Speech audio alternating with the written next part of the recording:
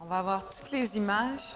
L'idée, c'est qu'on est parti d'une œuvre, un fusain d'assez grand format de Edmund Alleyne, et on a décidé de l'entourer de 50 lavis, donc des encres de petit format.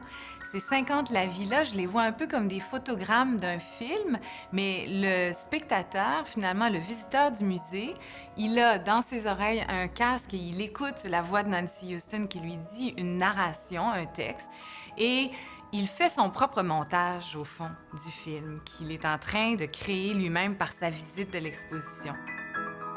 On l'a arraché, renvoyé, envoyé ailleurs, seul, dans une autre langue.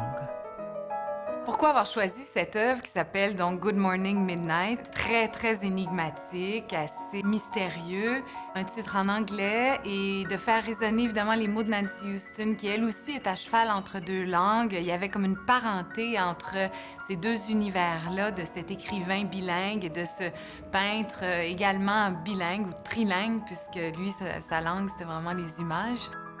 C'était pas du tout un désir d'expliquer l'œuvre ou de la rendre plus accessible, mais au contraire, je dirais, d'épaissir l'énigme. The French tongue. The tongue my parents would use when they shared secrets in low voices so that I couldn't understand.